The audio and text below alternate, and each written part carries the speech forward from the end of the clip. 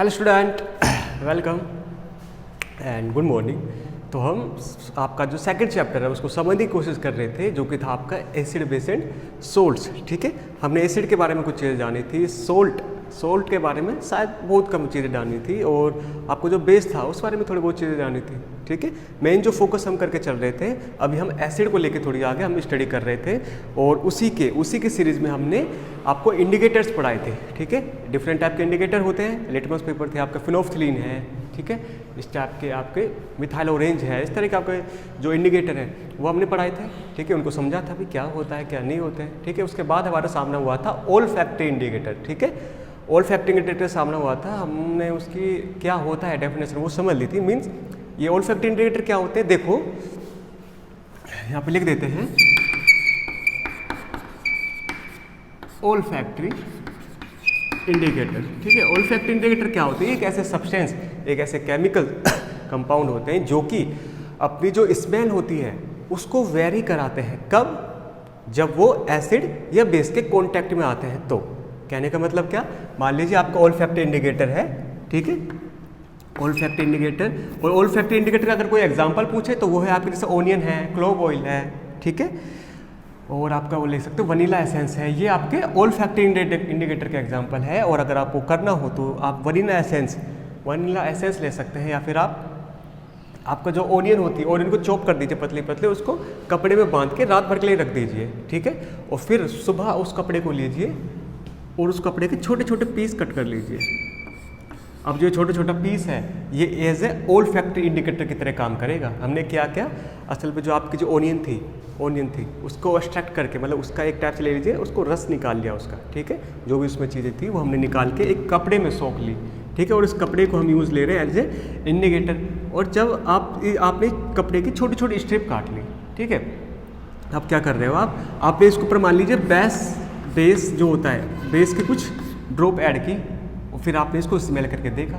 आप देख रहे हो जैसे आपने बेस की जो ड्रॉप ऐड की, इसकी जो स्मेल थी, इस जो छोटे से कपड़े में से प्याज की सी जो ओनियन की से स्मेल आ रही थी, वो धीरे धीरे फेड होना स्टार्ट हो गई है, धीरे धीरे कम होना स्टार्ट हो गई है। ठीक है, और ऐसे ही अगर आपने दूसरे किसी कपड़े पर कोई भी एसिड की कुछ ड्रॉप डाली, तो आप देख रहे हो जो इसकी स्मेल थी जो कि तो बनी हुई है, मतलब पूरी की पूरी रिटेन बनी हुई है, जो पहले थी ऐसे कैसे बनी हुई है, कोई इफेक्ट नहीं पड़ रहा है। ठीक है, तो जिसपे ये इसकी जो स्मेल है, ठीक है, ओल्फैक्टरी इंडिकेटर में जो भी ओनियन की स्मेल जो आ रही थी, जिसमें स्मेल फेड होती है वो तो होता है बेस, और जिसमें स्मेल फेड नहीं होती, स्मेल या फिर ऑर्डर बोल सकते हो आप, जिसमें स्मेल फेड नहीं होती, कम नहीं होती, ठीक है, उसको बोलते हो आप एसिड। मतलब आप एसिड और बेस को चेक करने के लिए इसका यूज़ लेते हो कि भाई ये एसिड है क्या बेस है। बेस हो तो अपनी स्मेल को, वो ये जो इसमें से स्मेल आ रही थी कपड़े में से, अपनी स्मेल को फेड कर लेगा, कम आने लग जाएगी। लेकिन अगर एसिड हुआ वो जिसको हम चेक कर रहे हैं, तो वो अपनी स्मेल को जो कि त्यो बना के रखेगा।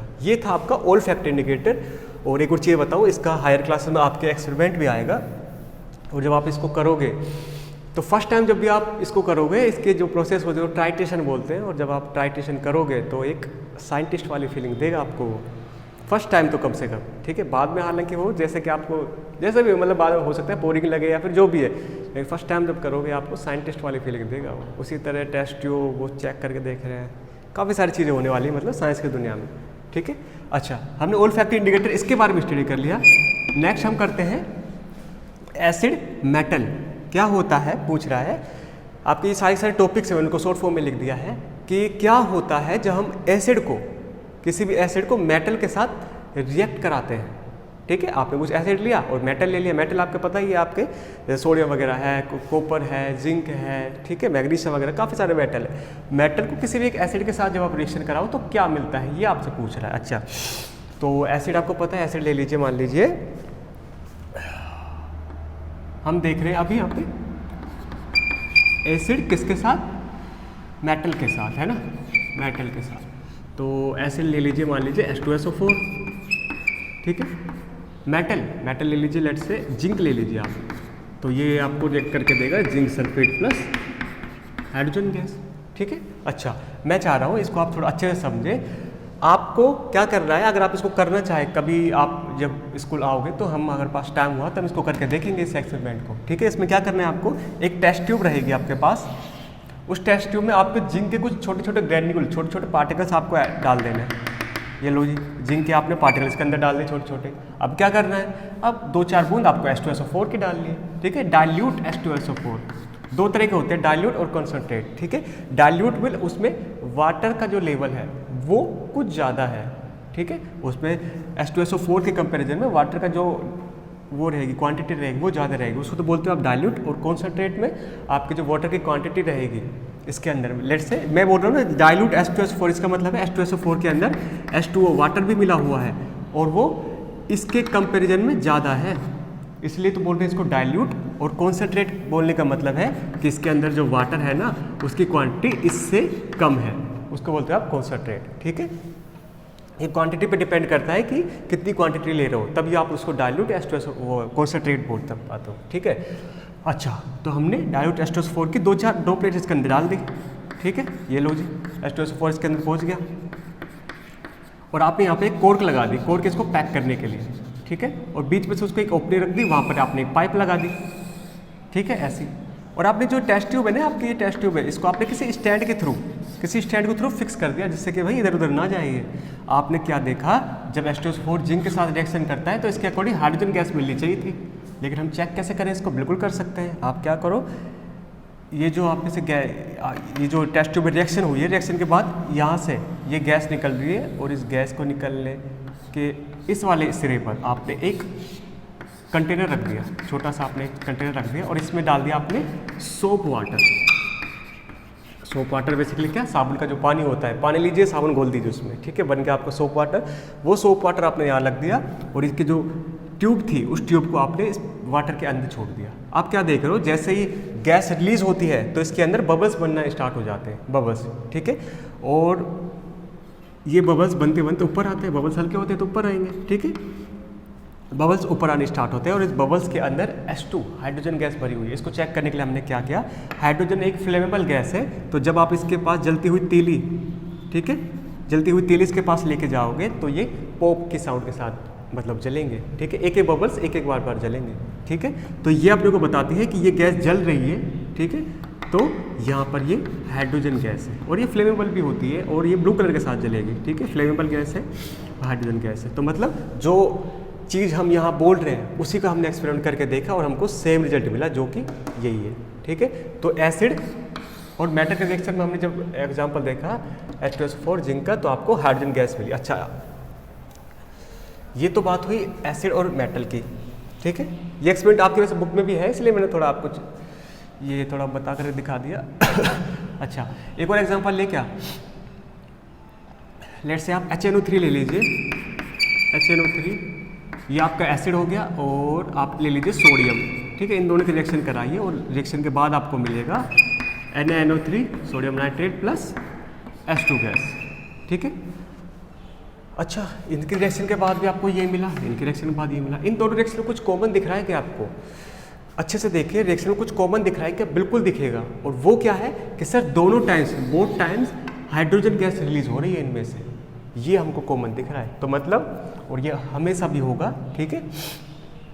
जब भी कोई मेटल, ध्यान से सुनिए, अभी इसको हम समअप कर रहे हैं। जब भी कोई मेटल एसिड के साथ रिएक्शन करता है तो वो रिएक्शन के बाद एक सोल्ट, इसको बोलते हैं आप सोल्ट, ये भी एक सोल्ट, ये बेसिकली कंपाउंड होता है, ठीक है। तो जब भी कोई मेटल एसिड के साथ रिएक्शन करता है तो वो रिएक्शन करने के बाद सोल्ट बनाता है और साथ में ही हाइड्रोजन गैस रिलीज करता है, ठीक है।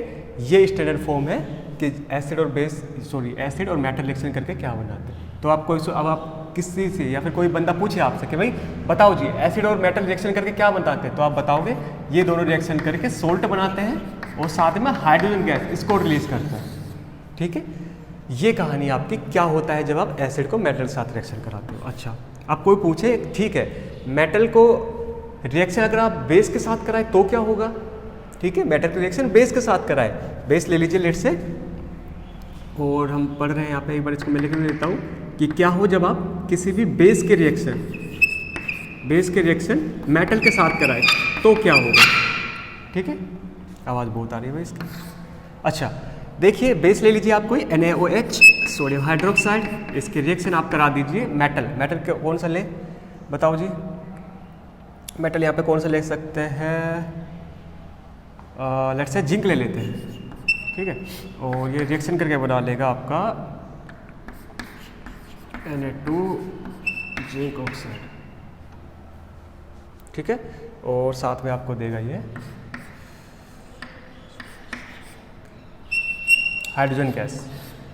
ओके, तो आपने देखा जब भी कोई बेस भी मेटल के साथ जब रिएक्शन करता है, साथ में एक सोल्ट बना करके देता है आपको, ठीक है, सोडियम जिंकेट इसका नाम है।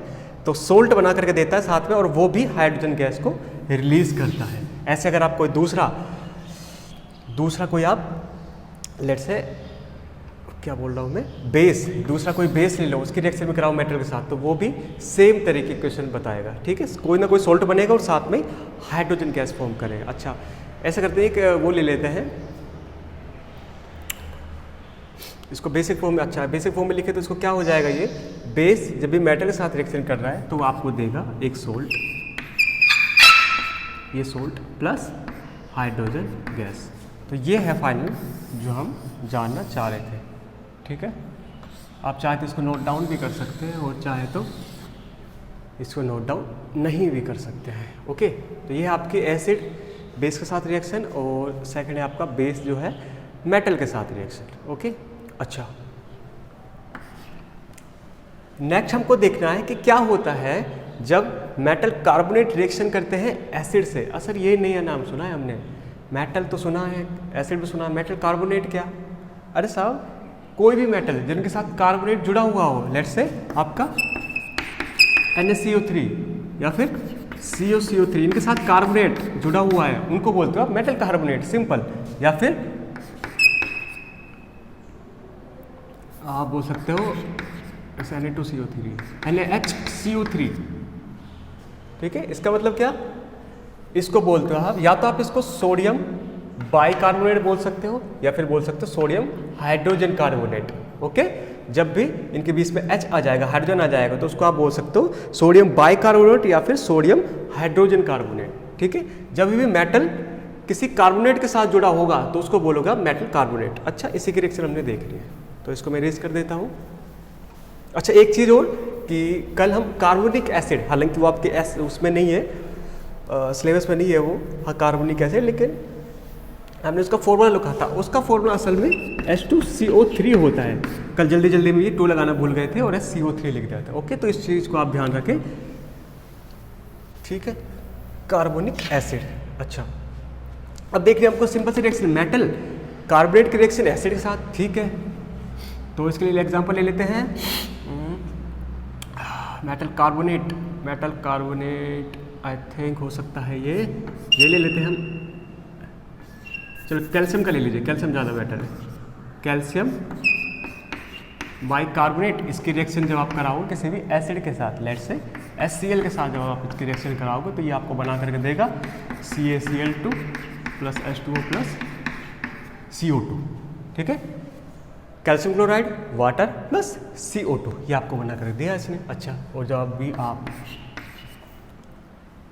सोडियम कार्बोनेट की रिएक्शन कराओगे आप HCl के साथ, मैं दूसरा एग्जांपल ले रहा हूँ, सोडियम कार्बोनेट की रिएक्शन कराओगे आप HCl के साथ, तो ये भी आपको बना करके देगा, ये देगा आपको NaCl 2NaCl plus H2O plus CO2। Okay, तो ये चीज़ भी आपको बना करके देगा सोडियम क्लोराइड, मतलब एक सोल्ट मिल रहा है, एक वाटर मिल रहा है, और आपको कार्बन डाइऑक्साइड गैस मिल रही है। ये है आपके मेटल ऑक्साइड, इसको बोलते हैं मेटल ऑक्साइड, ये एसिड है आपका। तो इन दोनों चीज़ों में हमने बात की थी, मेटल कार्बोनेट भी मैं बोल रहा हूँ और मेटल बाइकार्बोनेट ले रहा हूँ, ठीक है। ये दोनों अलग पॉइंट लग रहे हैं, लेकिन ये जो रिएक्शन करने के बाद देते हैं वो सेम प्रोडक्ट देते हैं, इसलिए हम दोनों को एक चीज़ में कवर कर रहे हैं, ठीक है। अब ये दोनों रिएक्शन करके जो दे रहे हैं आपको वही चीज़ दे रही है। या फिर आप ले लीजिए, ये कैल्शियम बाइकार्बोनेट है, और कैल्शियम कार्बोनेट जब भी रिएक्शन करेगा, कैल्शियम कार्बोनेट भी किसी एसिड के साथ रिएक्शन करेगा, तो वो भी आपको सेम प्रोडक्ट बना करके देगा, एक सोल्ट देगा, साथ में वाटर देगा, और आपको CO2 गैस बना करके दे देगा, ठीक है। तो अब कोई भी पूछे आप इन दोनों में, इन तीनों की तीनों रिएक्शन में कॉमन क्या लग रहा है आपको?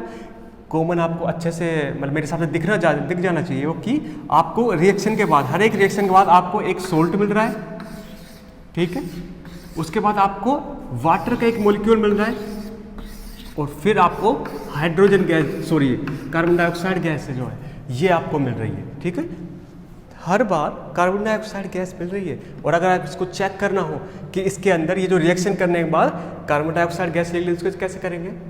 मैं कहने का मतलब है कि मान लीजिए आपने रिएक्शन करा के देखी और कोई गैस रिलीज हो रही है, तो उस गैस पे नाम थोड़ी लिखा रहेगा भाई CO2 गैस रिलीज हो रही हूँ मैं, ऐसा थोड़ी ना लिखा रहेगा। आप इसको चेक कैसे करोगे? इसको चेक करने का सिंपल सा तरीका है, आपकी जो CO2 गैस होती है इसको आप आपका जो लाइम वाटर होता है, ठीक है, कैल्शियम हाइड्रोक्साइड जो होता है, ठीक है, इसके साथ इसके रिएक्शन करा लीजिए अलग से। ठीक है, आपको क्या करना है, ये सारी रिएक्शन एक टेस्ट ट्यूब में करनी है। उस टेस्ट ट्यूब में जैसे हमने अभी कॉर्क लगाई थी, जैसे मैं बोल रहा हूँ, ये टेस्ट ट्यूब में आपने रिएक्शन कराई, ठीक है, ये वाली रिएक्शन इसके अंदर हुई और इसके अंदर से एक गैस रिलीज हो रही है CO2। इस CO2 गैस को फिर आपको फिल करना है इसके अंदर किसी दूसरी टेस्ट ट्यूब लेके, इसको आप CaOH का होल्ट है कैल्शियम हाइड्रोक्साइड, इसके अंदर आपको फिल कराना है। ठीक है, जब कैल्शियम हाइड्रोक्साइड CO2 गैस के साथ रिएक्शन करेगा तो ये आपको बना करके दे देगा CaCO3 प्लस H2O। और CaCO3 जो भी बनेगा ये असल में एक वाइट प्रेसिपिटेट रहेगा, मतलब कि आपकी जो परख नली है, सॉरी टेस्ट ट्यूब जो है, टेस्ट ट्यूब के जो नीचे है बॉटम, उस पर धीरे धीरे ये सेटल होना स्टार्ट हो जाएगा। और स्टार्टिंग में जब रिएक्शन हो रही होगी तो आपका जो कलर है, इसका जो कलर है, ठीक है, वो आपका मिल्की हो जाएगा, दूधिया कलर जिसको बोलते हैं वो हो जाएगा। ठीक है, अच्छा, और एक और चीज़ देख लो, इतना ही हम देख रहे थे, थोड़ा सा एक स्टेप और आगे बढ़ जाते हैं। ठीक है, अगर आप जो ये रिएक्शन करा रहे हो, आपने देखा कि हाँ भाई कैल्शियम हाइड्रोक्साइड के रिएक्शन हमने CO2 के साथ कराई, हमको ये मिल गया। आप ये रिएक्शन होने के बाद भी और CO2 उस पर रिलीज कराते जा रहे हो और CO2 इसके अंदर ऐड कर रहे हो, तो क्या होगा, आपका जो कैल्शियम कार्बोनेट है ये CO2 के साथ रिएक्शन कर लेगा। कैल्शियम कार्बोनेट जो होता है इसने CO2 के साथ और रिएक्शन करके, ठीक है, CO2 के साथ रिएक्शन करके और साथ में इसमें इसका जो वाटर है टेस्ट ट्यूब में वो भी ऐड होगा। ठीक है, ये तीनों को तीनों रिएक्शन करके ये बना लेंगे कैल्शियम बाइकार्बोनेट का होल, दिस वन। ये प्रोडक्ट आपको फाइनल में बन के मिल जाएगा। कब? जब आप इसमें CO2 जो रिलीज करा रहे हो वो एक्सेस पे करा रहे हो, ज़्यादा अमाउंट में जब इसमें CO2 रिलीज करा रहे हो तो आपको फाइनली ये प्रोडक्ट बन के मिल जाएगा। ठीक है, तो ये पूरी रामायण जो हमने की, इस रामायण के बेस पे आप क्या बोल सकते हो? अगर आपसे कोई पूछे कि बताओ जी मेटल कार्बोनेट एसिड के साथ रिएक्शन करता है तो क्या होता है, या फिर मेटल बाइकार्बोनेट या फिर मेटल हाइड्रोजन कार्बोनेट एसिड के साथ रिएक्शन करना तो क्या होता है, तो आप बताओगे सर कुछ नहीं होता, एक सोल्ट फॉर्म होता है, उसके साथ वाटर एक मिलता है अपने को और साथ में वो कार्बन डाइऑक्साइड गैस इसको रिलीज करता है। ठीक है, तो ये बेसिक फॉर्म है आपकी इन दोनों रिएक्शन का।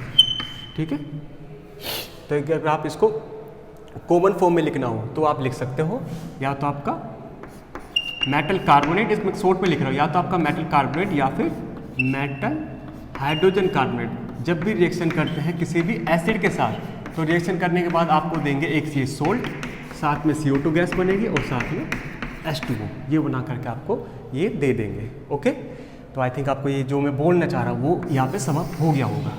ओके, तो हम आगे थोड़ा बढ़ते हैं, इसको समझने की कोशिश करते हैं भाई क्या नई नई चीज़ें होने वाली है। और एक और मैं चीज़ बताऊँ, आपके जो मार्बल होते हैं, मार्बल्स जो होते हैं या फिर चौक जो होता है आपका, ठीक है, आपके जो घरों में पत्थर जो बिछाते हो आप, ठीक है, बोलते हो भाई संगमरमर का पत्थर है और ये वाइट है, ये जो भी फलाना ठिकाना, ठीक है, जो भी पत्थर है वो असल में आपके ये जो बाइकार्बोनेट ही होते हैं। ठीक है, कैल्शियम बाइकार्बोनेट के कुछ प्रोडक्ट ही होते हैं, वही असल में आपके टाइल्स वगैरह और चौक वगैरह में होते हैं। ठीक है, अच्छा देखिए हमने इसको स्टडी कर लिया, इसको कर लिया, इसका सब पढ़ लिया। अच्छा 2 बज गए, इनको देख लेते जल्दी से, फिर हम इस कहानी ख़त्म करते हैं। देखिए अब बात करते हैं कि क्या हो जब आप एसिड की रिएक्शन बेस के साथ करा के देखो। ठीक है, बोल रहा है कि आपसे कि क्या होता है जब आप किसी भी एसिड की रिएक्शन बेस के साथ कराते हो।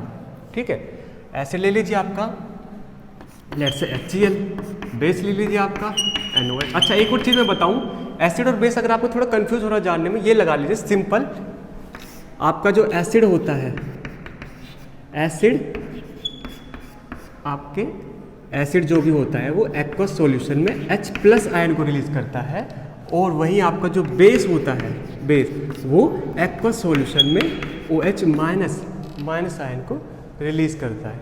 ओके, ये आपका एसिड है, एसिड एक्वस सॉल्यूशन में H+ आयन रिलीज करता है, और आपका जो बेस होता है वो एक्वस सॉल्यूशन में OH- आयन रिलीज करता है। ठीक है, तो जहाँ पर भी आपको OH और ये H कहीं पर भी लगे तो आप उसको एसिड या बेस के साथ देख सकते हैं। जैसे कि आपने NaOH लगा हुआ है, जब ये ब्रेक होगा तो ये बना लेगा Na+OH-।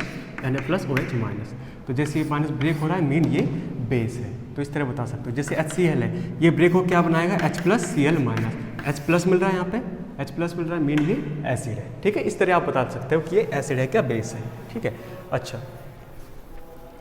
तो एसिड के रिएक्शन हम बेस के साथ करा के देख रहे हैं, तो क्या हो रहा है, सिंपल सी चीज़ बन रही है। एक आपको सोल्ट मिलेगा, ये लीजिए NaCl, आपको एक सोल्ट मिल गया, और साथ में आपको दिएगा ये H2O।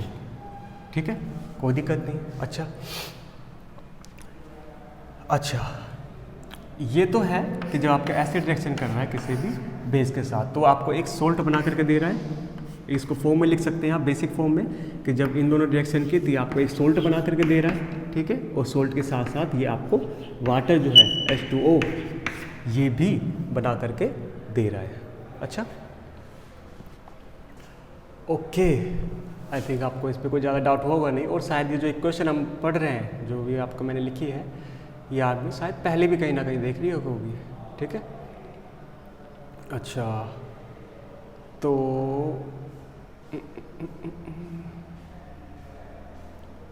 H2SO4 NaOH, चलिए एक और रिएक्शन करा लेते हैं इसकी। लेट्स से H2SO4 जो कि एक स्ट्रॉन्ग एसिड होता है, इसकी रिएक्शन करा देते हैं हम NaOH के साथ करा देते हैं। तो ये आपको देगा, या फिर आप ऐसे कर लीजिए, एक दूसरा ऐसे ले लीजिए, HNO3 ले लीजिए, सोडियम नाइट्रेट। ये अच्छी रिएक्शन लगेगी देखने में भी और होने में भी। देखिए, हालांकि आप H2SO4 के साथ भी करा सकते हैं, कोई दिक्कत नहीं है। मेरी पर्सनल ये फेवरेट है तो मैं इसको कर रहा हूँ। ठीक है, NaOH की रिएक्शन करा दिया आपने HNO3 के साथ, ये आपको बना करके देगा सोडियम नाइट्रेट, और साथ में आपको देगा H2O। ठीक है, ये आपको बना करके देगा एक सोल्ट और साथ में ही एक वाटर। ठीक है, तो आप इन दोनों को कॉमन देखें, तो इन दोनों को कॉमन या फिर इन दोनों को अच्छे से ऑब्जर्व करके आप ये पता लगा सकते हो कि जब भी कोई एसिड बेस के साथ जब रिएक्शन करते हैं, तो रिएक्शन करने के बाद वो हमेशा एक सोल्ट बनाते हैं, दैट इज दिस, और एक वाटर का मॉलिक्यूल देता है, ये वाटर का मॉलिक्यूल देते हैं। ठीक है, तो आपको पता लग गया आई थिंक, एसिड और बेस रिएक्शन करते हैं तो क्या होते हैं। इसी चीज़ को न्यूट्रलाइजेशन या फिर न्यूट्रलाइजेशन रिएक्शन भी बोलते हैं इसको, या फिर नलीफाई इक्वेशन। आप क्या होता है, एसिड जो होता है, एसिड और बेस, ये दोनों एक दूसरे रिएक्शन करके एक दूसरे के इफेक्ट को नल कर देते हैं, बिल्कुल ख़त्म कर देते हैं। और जब आप इनको मेजर करोगे किसी भी सॉल्यूशन में, या फिर मान लीजिए इंडिकेटर में जब आप इसको मेजर करोगे, तो ये कोई रिएक्शन शो नहीं करेंगे। ठीक है, ना ही कोई कुछ इंडिकेट करेंगे। क्यों? क्योंकि अब इसमें ना एसिड की प्रॉपर्टी है ना बेस की प्रॉपर्टी। क्यों? क्योंकि एसिड और बेस इन दोनों ने एक दूसरे से रिएक्शन करके एक दूसरे को इफेक्ट को नल कर दिया है, नलीफाई कर दिया है। That's why it's called nullify. Nullify तो इसको आप कॉमन टर्म में बोल सकते हो, बेसिक फॉर्म में इसको बोलना चाहिए न्यूट्रलाइजेशन इक्वेशन। ठीक है, तो आई थिंक आपको ये समझ आ गई है। हम इसको भी ख़त्म करते हैं और आगे बढ़ते हैं जी। ठीक है, अच्छा, फाइनल आपको बस एक छोटी सी चीज़ देखनी है, उसके बाद हमारी कहानी खत्म।